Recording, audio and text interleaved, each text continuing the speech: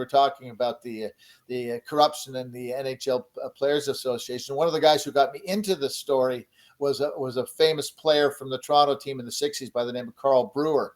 And Carl had the courage to, when nobody else was questioning Alan Eagleson and the Players Association, Carl, for about 15 or 20 years was basically, pushed aside. And then finally he was able to find people who believed him, and he got lawyers and he got people on side.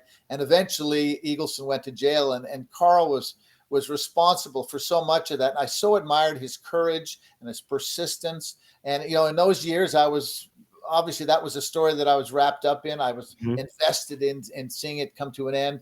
And just to see human beings and people stick with their principles and find something and overturn a guy who was this popular. He had prime ministers and Supreme Court justices who were his buddies, and they bailed him out all the time. And so to take him on for Carl was great. And unfortunately, Carl died a little young, and I did the eulogy at his funeral.